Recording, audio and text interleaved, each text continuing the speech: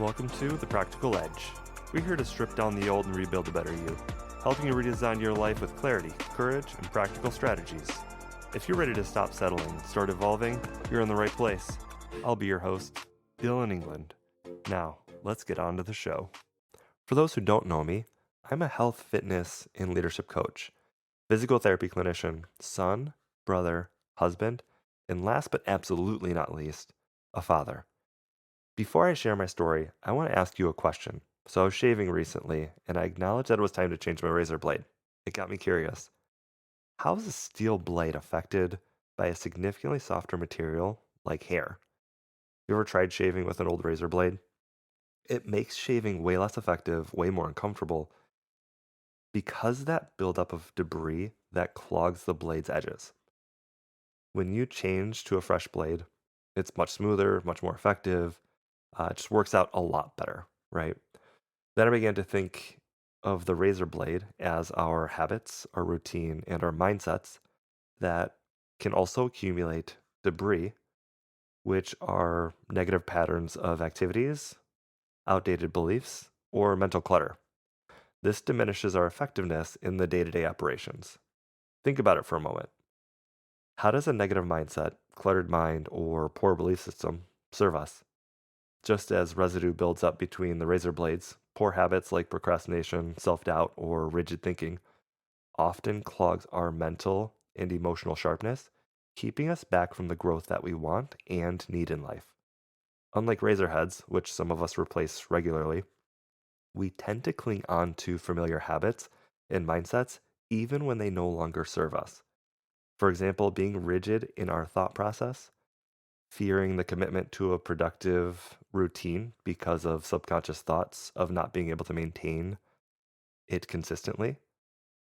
It is imperative that we begin to think and take time each week to reassess our routine, as it can help prevent us from the trap of inefficiency, much like a dull blade. I like the quote from Abraham Lincoln: "Give me 6 hours to chop down a tree, and I'll spend the first 4 sharpening the axe." Hearing the concepts and applying it are two different things. It's much harder to apply the concepts and ideas than to hear something and then think, yeah, I get it. Simple enough, right? But applying those concepts, applying those ideas tend to be where the challenge truly comes to play. I personally have chronically been one to take action before even thinking. So, not taking a moment to slow down and maybe create a plan, generate a plan. It's jump and then question what's going to happen later, right? A workhorse willing to do what I thought was productively necessary, but I didn't spend the intentional time thinking outside of the physical effort for many years. In other words, work harder, not smarter. When we learn to replace mental and behavioral obstructions through things like reflection, learning, or adapting new perspectives, we sharpen our approach to work smarter, achieving greater outcomes with our goals. And I know this to be true from my own experiences in life. Growing up, I was overweight. I lacked any drop of self confidence. I was shy, ignorant, and lazy. I thought there was a larger division between those who were successful and those who are not, giving too much credit to the genetic nature, discrediting the potential to nurture ourselves in becoming different and upgraded versions of ourselves. As I speak here today, I have surpassed all of what I thought I was capable of in high school and several bouts of college, realizing it was my own self limiting beliefs of what I was worthy of at that time. What I recognized was over the past decade is change is constant. It's constantly around us, and adapting to change is essential. Instead of feeding into our fears, our self limiting beliefs, or victimizing our situation, acknowledge that emotion, but pivot our thought process intentionally towards more of a growth mindset and a belief system through positive affirmations each and every day.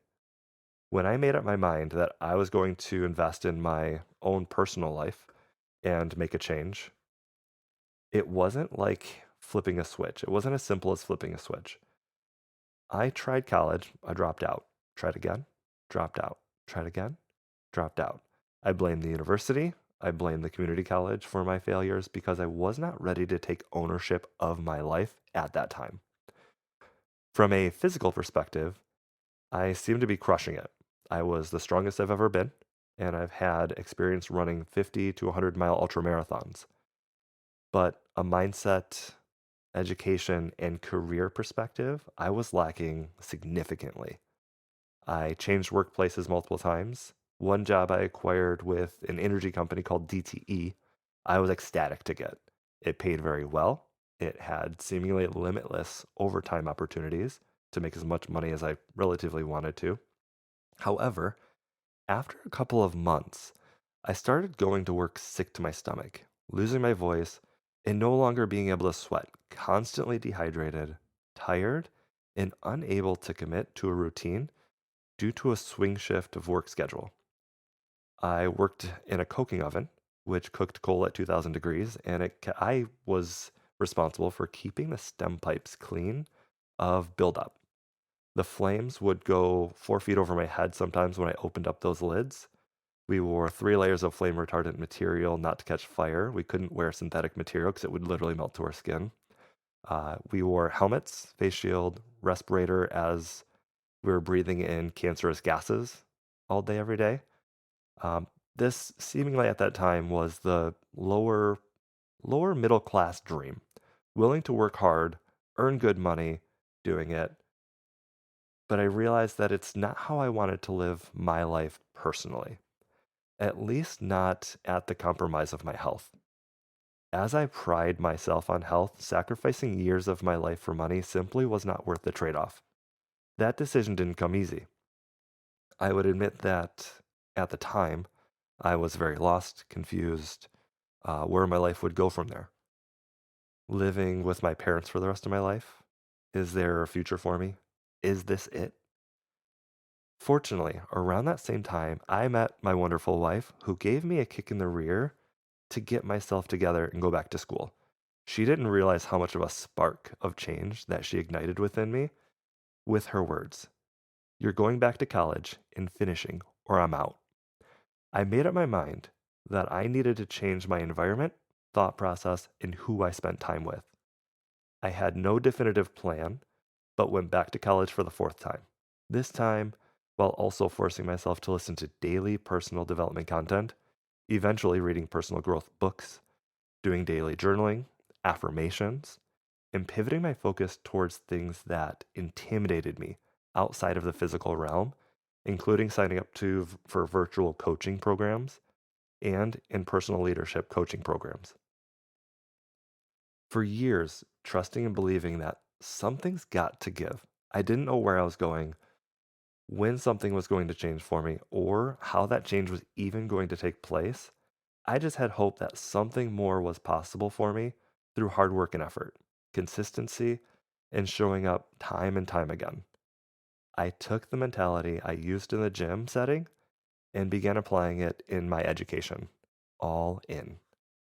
As I speak with you here today, I have surpassed all of my historical life goals and what I thought was possible out of my life, at least historically.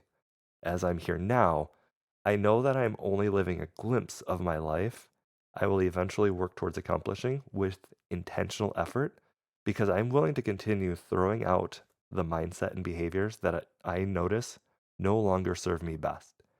Before taking on the rest of the day, like a worn razor blade, what is your daily routine? What are your triggers for habits that are not serving you towards living the life you want to live and being the best version of yourself? Think about what better serving habits you can implement into your routine, replacing your current habits.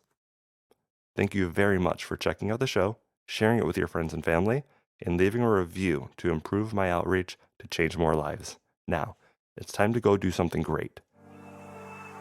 And remember, your next level doesn't come from wishing. It comes from daily consistent action. Lean into discomfort and stay relentless. Average is optional, growth is a choice, and the practical edge is where you sharpen that choice. Until next time, stay focused, stay driven, and keep leveling up.